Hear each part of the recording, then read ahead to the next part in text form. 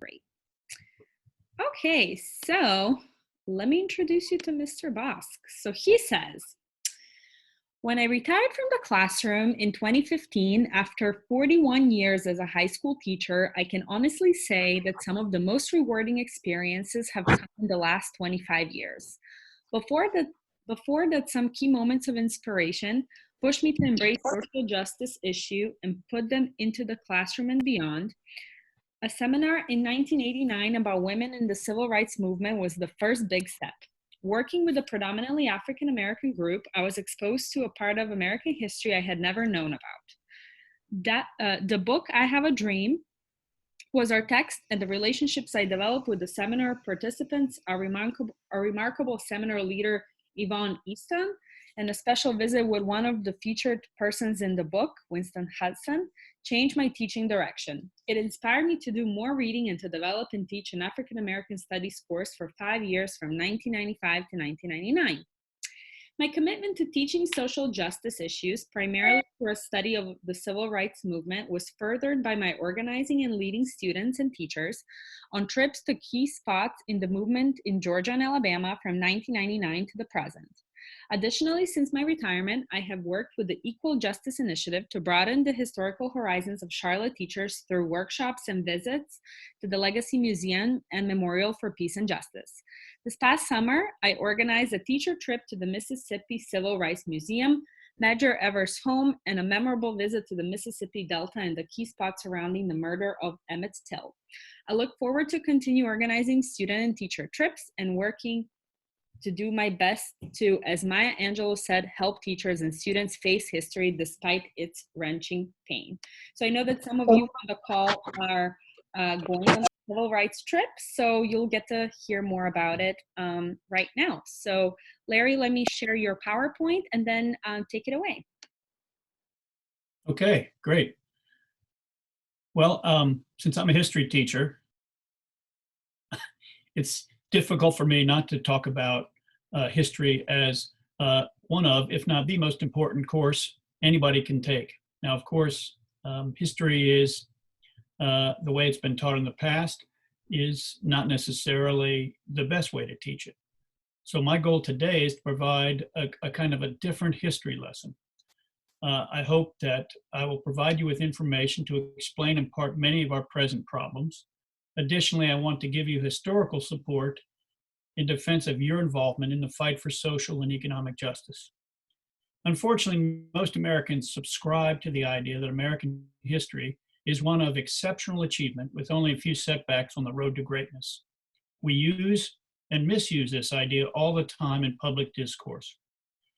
I'm reminded about the quote you just heard by Maya Angelou, which appears on the side of the building which houses the Equal Justice Initiative's Legacy Museum, a place that we visit when we go on our civil rights trips. History, despite its wrenching pain, cannot be unlived, but if faced with courage, need not be lived again. Too often we ignore the realities of American history in the effort to prove a march to greatness that is misguided at best and dangerous at worst. All right, next slide. How did I come to be involved in questioning American exceptionalism? Yelena kind of gave you a hint as to the significance of this seminar. I'm just going to maybe talk about it a little deeper. I met Yvonne Easton, who coordinated a seminar around the book I Dream a World in 1989. And for that book, Yvonne was the chief assistant to author Brian Lanker. This book, by the way, is still a remarkable book, and I recommend it to all of you. Her energy and intellectual breadth inspired me to go deeper into American history and the role of persons of color in shaping it. She spent the last years of her life teaching at Bennett College in Greensboro, North Carolina. She was right, as you can see in these quotes, when she said that the history of the civil rights movement is more than just the stories of Dr. King and Rosa Parks. As I will discuss later, too often the movement is taught from the perspective of a few talented individuals instead of a mass movement of thousands of foot soldiers. Winston Hudson, as the quote suggests, was one of the many unsung heroes of the civil rights movement. When she showed up at our seminar, to the surprise of all the participants, she talked about her role in desegregating schools in Mississippi, higher teacher pay. starting a Head Start program, and many other efforts to bring in social and economic justice to her community, despite threats to her life and her family's life. I had not heard of these heroic accomplishments and began to question my own assumptions about the movement and the role of African American women in its successes. In addition to these two individuals, I was surrounded by African American teachers from across North Carolina whose stories about their fight against racial discrimination in their schools and communities shocked me. It not only changed my opinion of what should be taught in the classroom, but also committed me to a fuller understanding of the role of African Americans in American history. And that's really why I developed a curriculum for African American studies at EastMech and taught it from 1995 to 1999. So next slide. So what did I begin to see was missing from my teaching of American history? Exactly what James Baldwin said, an excellent rebuttal of American exceptionalism. We have been told a collection of myths. Baldwin's essay from which this quote comes should be read by every American. Written on the 100th anniversary of the Emancipation Proclamation in 1963, it is a significant rebuttal to the American exceptionalism that was part of every classroom in the nation. To see how much little has changed, I suggest you also read Ta-Nehisi Coates' Between the World and Me, a book very much like, in many ways, like Baldwin's book. One of his most telling quotes in that book is, "America understands itself as God's handiwork, but the Black body is the clearest evidence that America is the work of men." This is only one rebuke he gives in the book about American exceptionalism. Next slide. One of the most dangerous myths taught even to this day is the Civil War was not caused by slavery. Recent polls suggest that almost half of Americans believe that to be true. As you can see on this slide, Vice President of the Confederacy Alexander Stephens said, "Our new government rests upon the great truth that slavery is the natural and normal condition of the Negro." This falsehood was part of the effort to buttress lost cause ideology. This was a philosophy that not only blamed the Civil War on Northern aggression, but viewed slavery as a benign institution. This in turn helped give intellectual support for the establishment of Jim Crow, the system in post-Reconstruction period that denied Blacks their rights as citizens of the US. Next slide. Along with this ideology came the building of Confederate monuments, which reinforced the second-class position of Blacks in the US.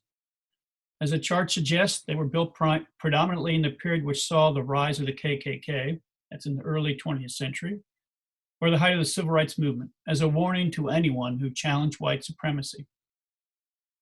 When doing research for this, I found out that in 1923, the US Senate passed a bill which would have appropriated $200,000, a lot of money in 1923, for a Mammy Memorial. This monument would have been close to the Lincoln Memorial and would have, according to the United Daughters of the Confederacy, celebrated, quote, "the faithful Black slave who had lived dutifully under the beneficent hand of their gentle white masters." Fortunately, that measure failed when it was presented in the House of Representatives. Something closer to home, in 1913, the Silent Sam's statue, which has been in the news a lot lately, was erected on Commencement Day on the campus of UNC Chapel Hill. Like most statues in numerous towns and cities of the South, particularly the places that we go to on our civil rights trip, it was put up to commemorate those who fought and died in the Civil War, but most importantly, contribute to the belief that the war was a noble cause. The speech given by UNC trustee Julian Carr when the monument was unveiled reveals its real purpose. It bluntly uses racist language, saying that the soldiers of the Confederacy fought to preserve, quote, "the purest strain of the Anglo-Saxon race." He also mentions that on this same spot, shortly after the war, he had beaten, quote, "a Negro wench" for insulting a Southern lady. Additionally, the organization who funded the memorial, the United Daughters of the Confederacy, still around today, had unanimously endorsed and promoted for use in schools a history of the KKK that praised the heroic work they did to preserve white supremacy. And the Confederate flag that you see flying in many places, not necessarily in Charlotte, but outside Charlotte, was put on the state capitol building in Columbia, South Carolina in 1961 to intimidate the foot soldiers of the movement.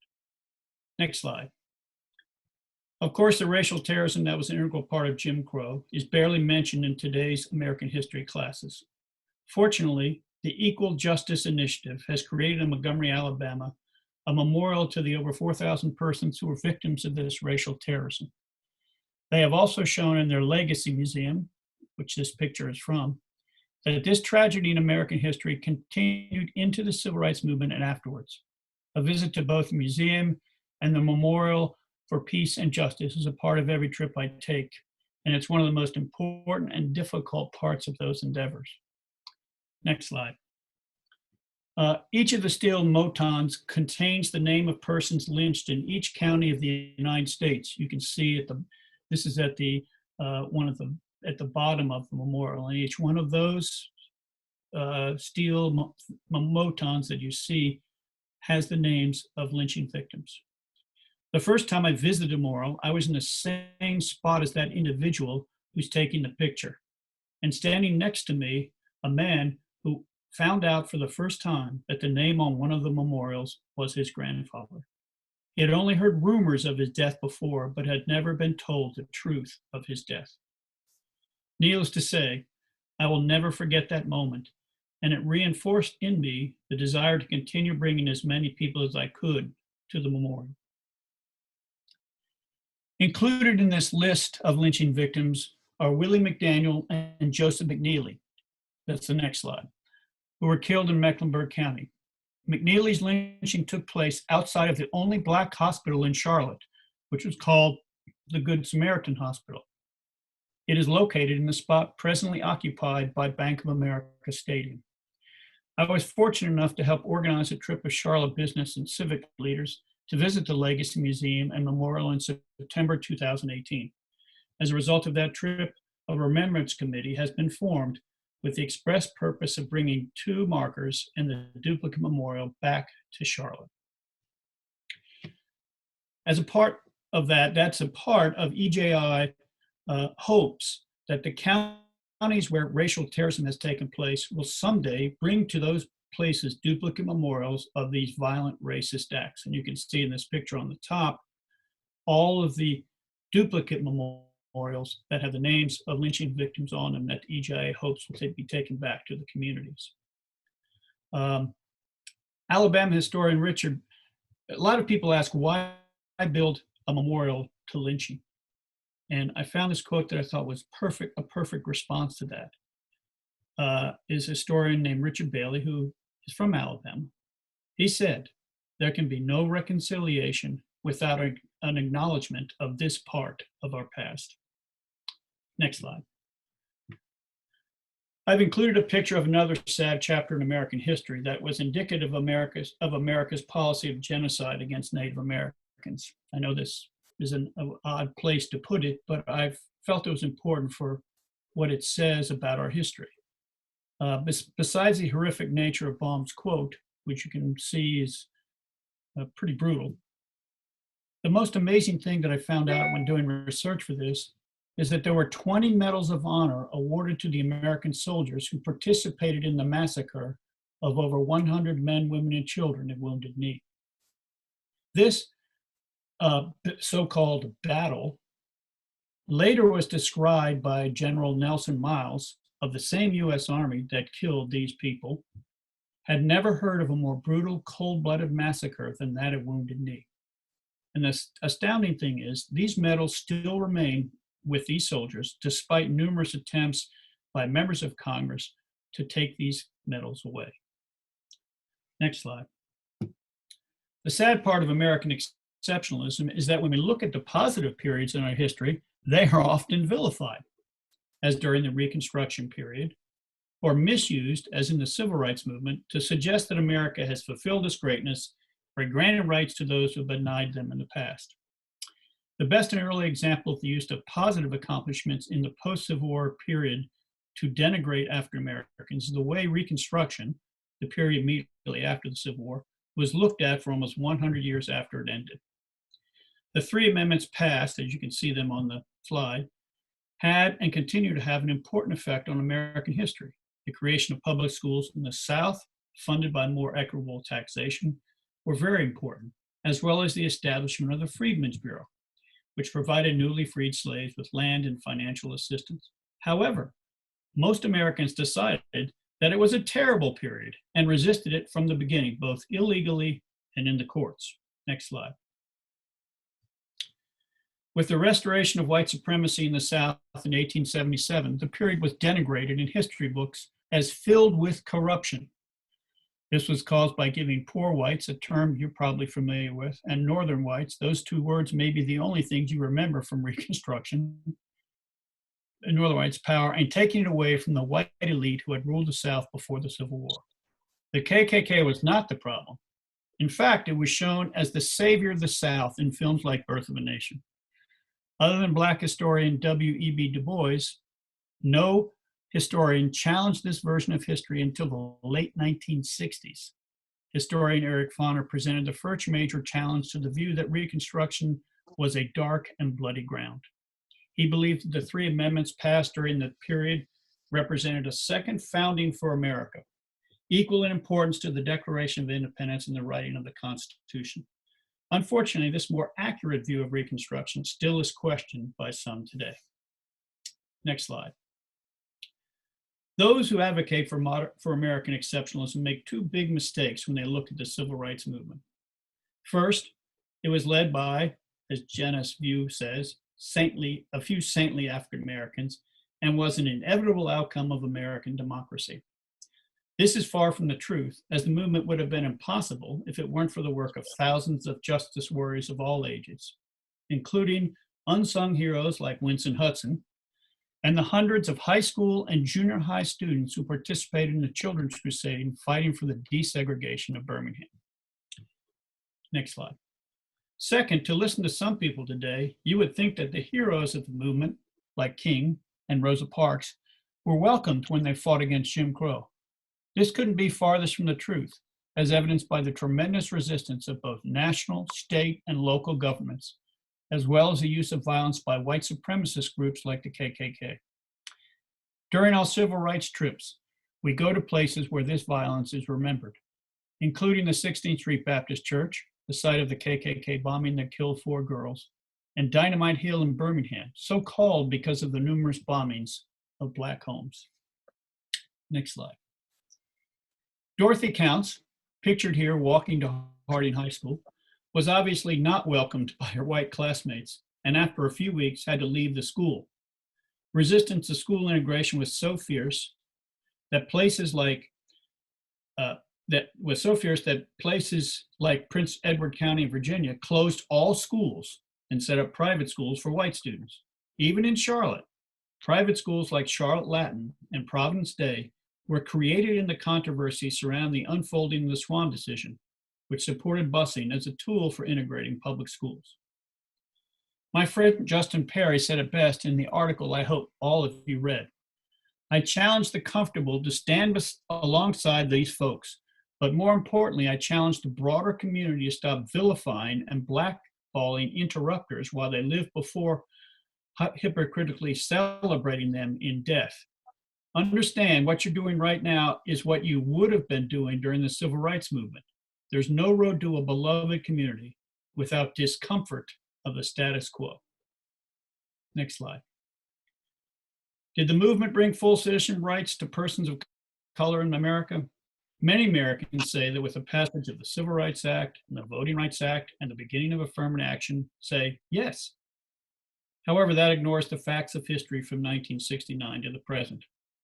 There is a use of non-racial language to pursue policies that included a war on drugs, directed primarily at persons of color, which led to the explosion of the prison system. Beginning under President Nixon, the Southern strategy brought many Southern Democrats in the Republican Party and instituted, as Michelle Alexander said, a new Jim Crow. One of Nixon's key advisors put the Southern strategy in stark relief when he said this: the president emphasized that you have to face the fact that the whole problem is really the blacks. The key is to devise a system that recognizes this while not appearing to. Carol Anderson sums this up in this new form of racism in her book, White Rage, another book I recommend you read. The truth is that the hard-fought victories of the civil rights movement caused a reaction that stripped Brown of its power, severed the jugular of the Voting Rights Act, closed off access to higher education, poured crack cocaine into the inner cities, and locked up more Black men proportionally than even apartheid-era South Africa. Next slide. The belief in exceptionalism was further reinforced by the election of Barack Obama and the beginning of a supposed post-racial America. But was it? The few examples listed on this slide are just a smattering of the arguments that could be used to contradict the idea that Obama's two elections were the ultimate proof of American greatness.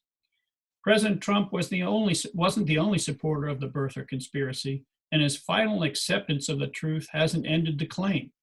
In fact, according to some polls, 23% of Republicans and a smaller percentage of Democrats still believe that he was not born in the United States, and many still believe that he's a Muslim.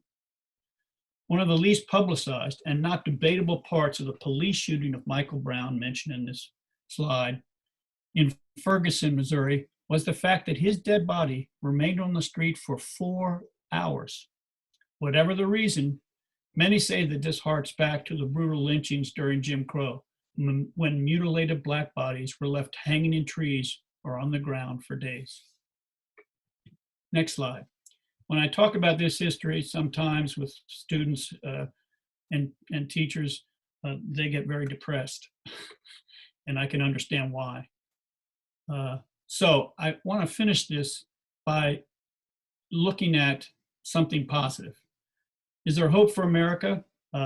As Michelle Alexander said, to birth a truly inclusive, egalitarian democracy. In my last years of teaching, I was lucky to teach some excellent students. I found that their commitment to matters of economic and social justice was strong in many of them. I am also encouraged by the work of North Carolina native Reverend William Barber, whose National Poor People's Campaign harkens back to King's Poor People's March on Washington in 1968, which he was unable to take part in because while he was supporting sanitation workers in Memphis, he was assassinated. I hope you'll not only enlighten yourself on the truths of American history, but will commit yourself to, as King said, declaring eternal hostility to poverty, racism, and militarism. And that's all I have to say. And I don't really have any other questions. I just like to hear questions from you guys. Anybody there? Yeah, I'm Taylor from Mecklenburg. I was wondering what your thoughts are on Malcolm X. Well, I think everybody should read his autobiography, because I think it is a important statement about race relations in the United States in the 1960s, but not just in the 1960s. I think it has relevance today. It's interesting that you mentioned that, because one of the things I did after my seminar, I wasn't teaching African American studies, I was preparing to teach it. I took some of my American history students to the movie Malcolm X, directed by Spike Lee. And I don't know if you're familiar with that movie, but at the very beginning of the movie, there's a speech playing by Malcolm X, a very important one that he gave right before his death. And the screen shows a picture of the American flag, and the American flag is burning, and it ends up burning into an X. And when I took students to see the movie, my white students were just furious because how can you burn the American flag? And the discussion I had afterwards was very good. I'm not sure I convinced them that about someone who had lots of complaints and legitimate complaints about American. Why wouldn't that make sense to do this? But when I taught Malcolm X in the classroom, I made sure that two things were mentioned. First of all, that Malcolm X life went through many different periods. That his belief in Black power was not a belief in killing white people, which too many white people think.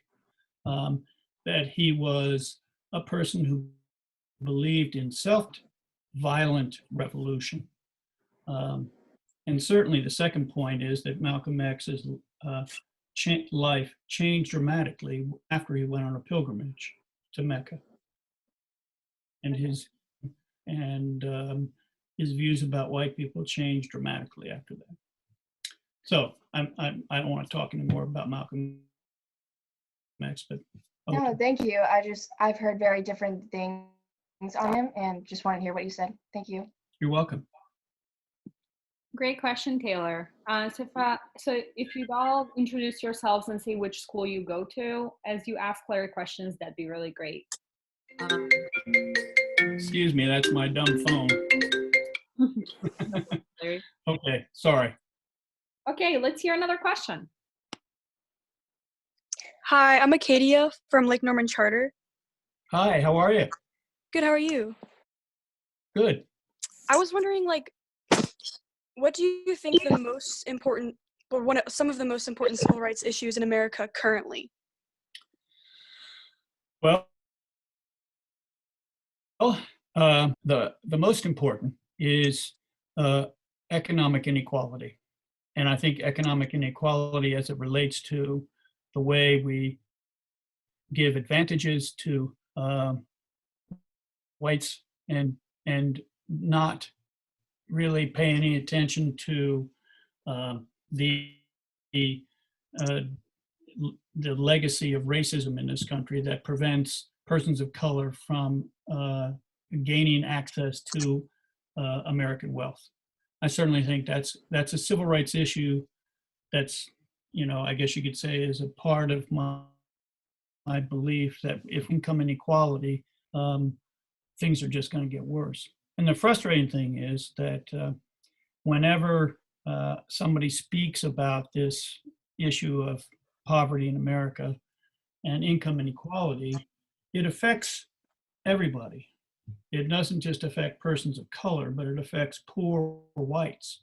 But as you can read about in history, the established order has been very successful at dividing poor whites and poor persons of color from unifying. And that's been done throughout our history.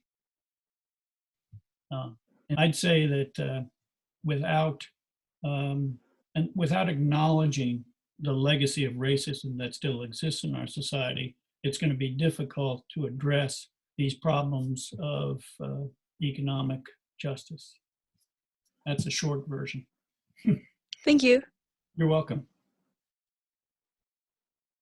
All right. I have one. Okay.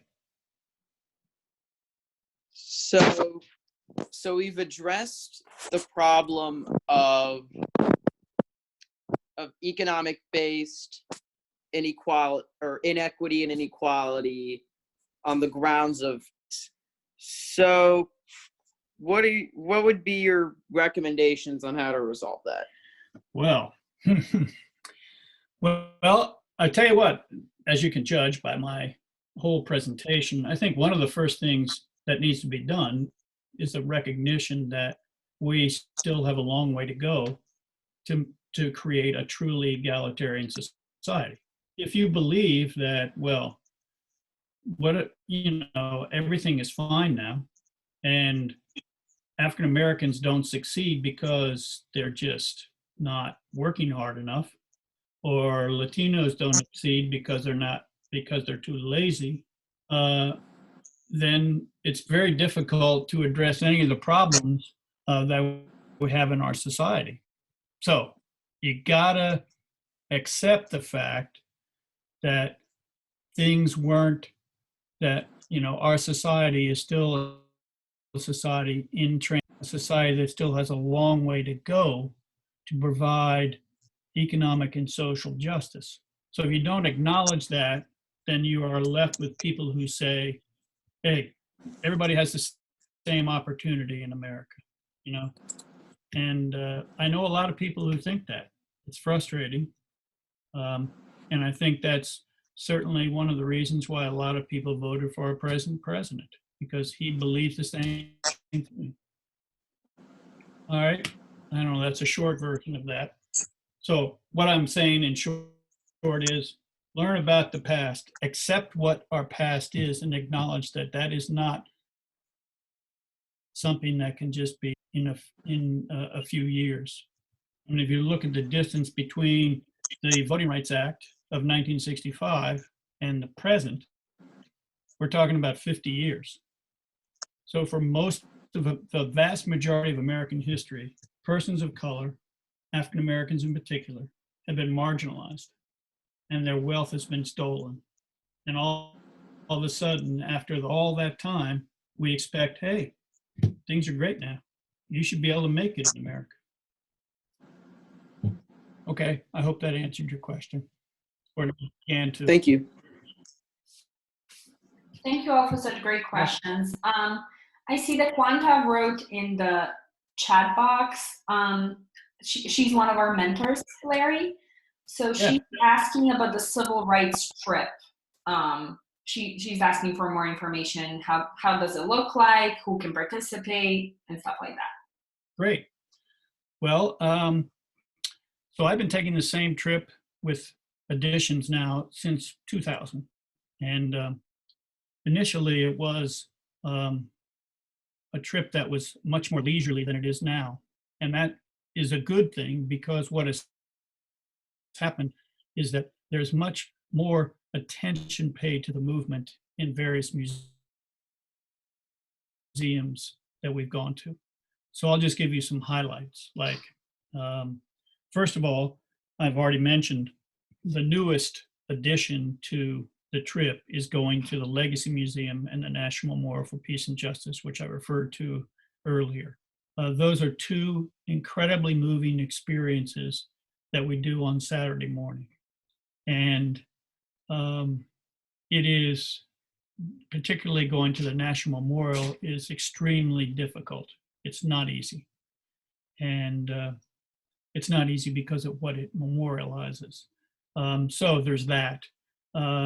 In the beginning of the trip, we go to the Atlanta Civil and Human Rights Museum, which is a tremendous museum. And one of the most moving parts of that museum is a sit-in simulation. I don't think it's possible for anybody to experience what participants in the sit-in movement, which began here in North Carolina, in Greensboro in 1961, what those participants went through. But this does as good a thing as you can. And it lasts only about 2 minutes. And many of my students have gone in the past, have been unable to finish the 2 minutes. You're sitting down, your hands are on handprints, headphones on that are very tight.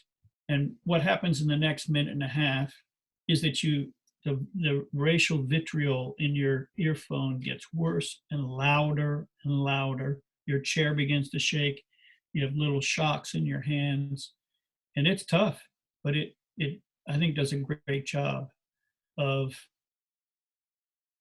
showing, or at least illustrating, might have been like. Obviously, there's no other of the very horrible things that were done to these, college students, but it's very powerful.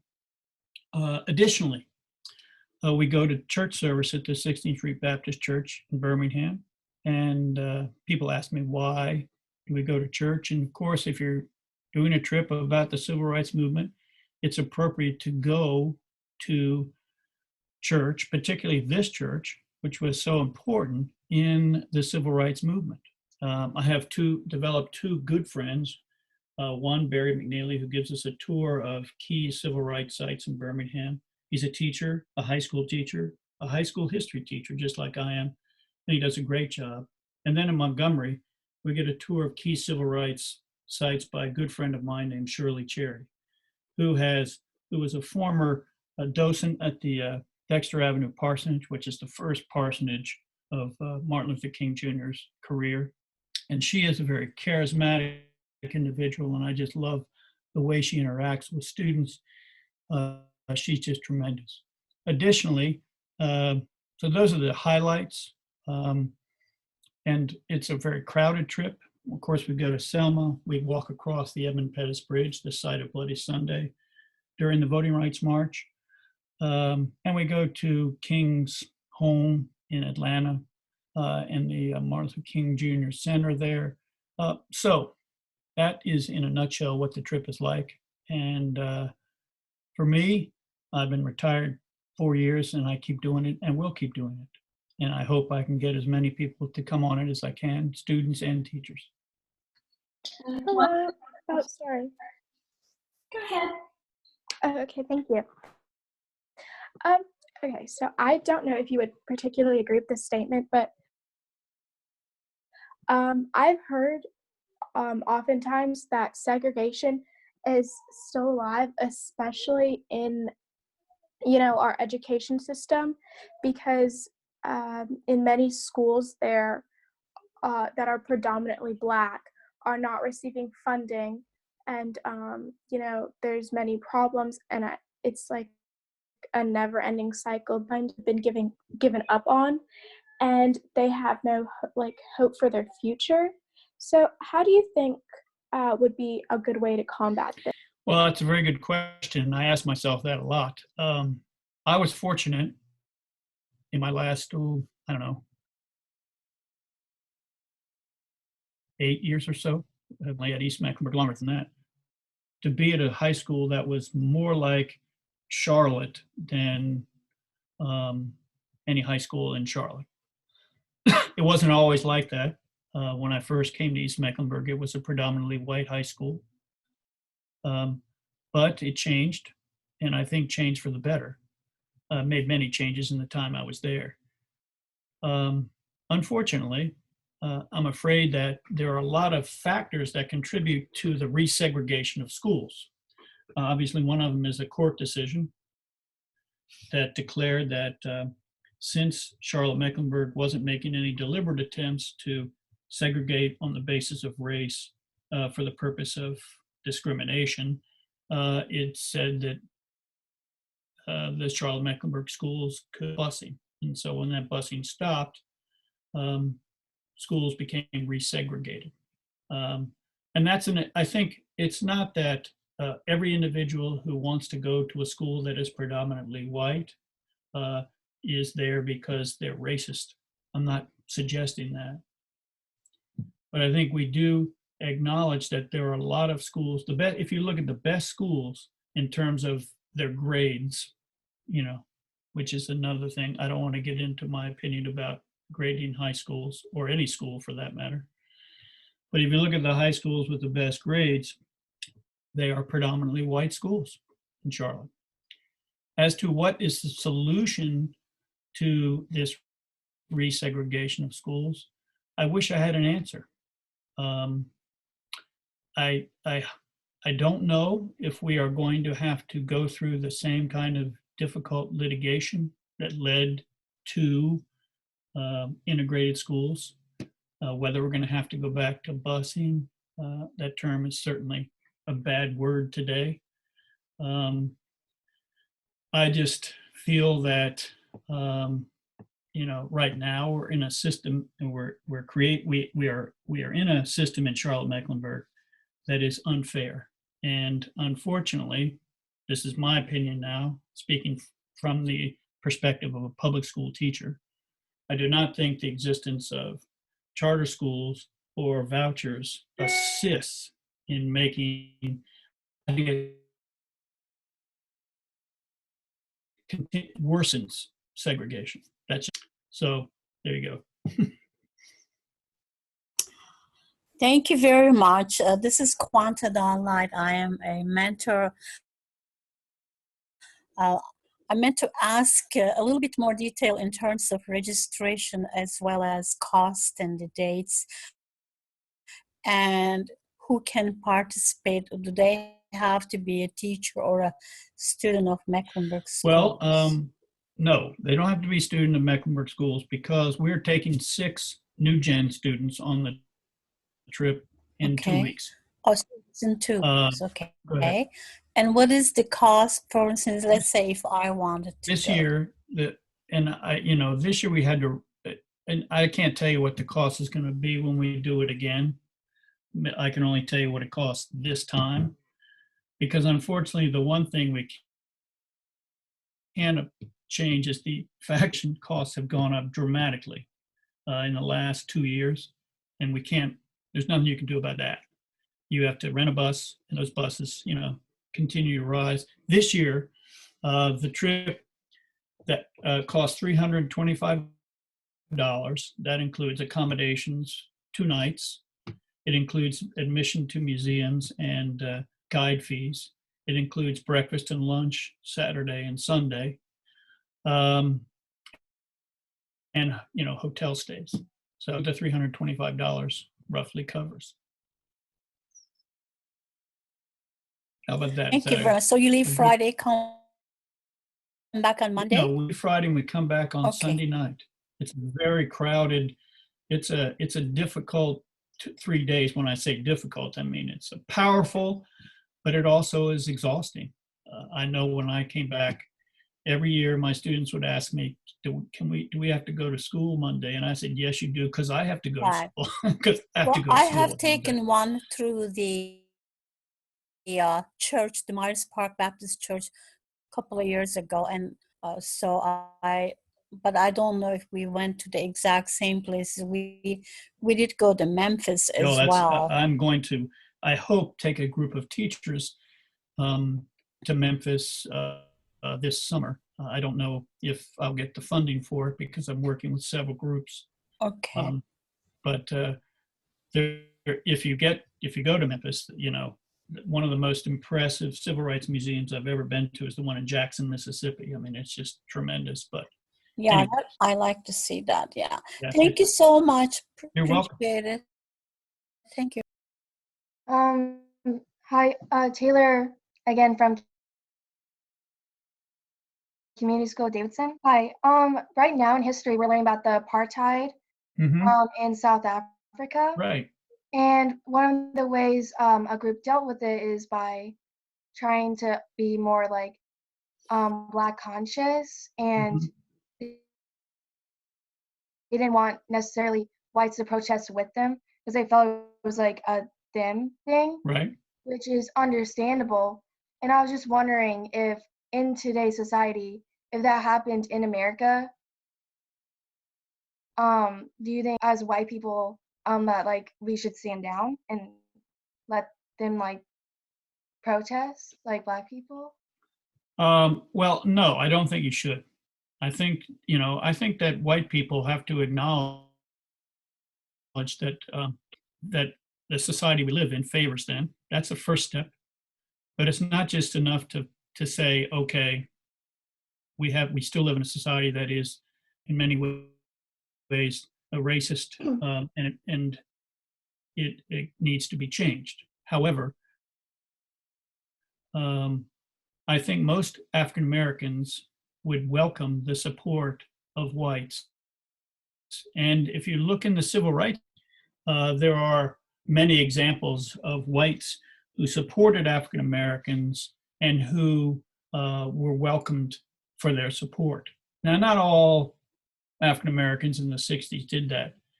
And I think if you look at the anti-apartheid movement in South Africa, not all not all Black South Africans resisted whites helping them. The Communist Party of South Africa was actively involved in the anti-apartheid movement, and most of the members of the leadership of the South African Communist Party was white. But if you're studying apartheid South Africa, I want to recommend to you a musical group called Johnny Clegg and Savuka. Oh, did they do Sun City? No, they don't play anymore. Johnny Clegg has died last year. I had the opportunity to see him twice. Once right after the fall of apartheid and the release of prison of Nelson Mandela. He came to Charlotte, of all places, in 1990, and I didn't know who this person was. I'd heard about it from students.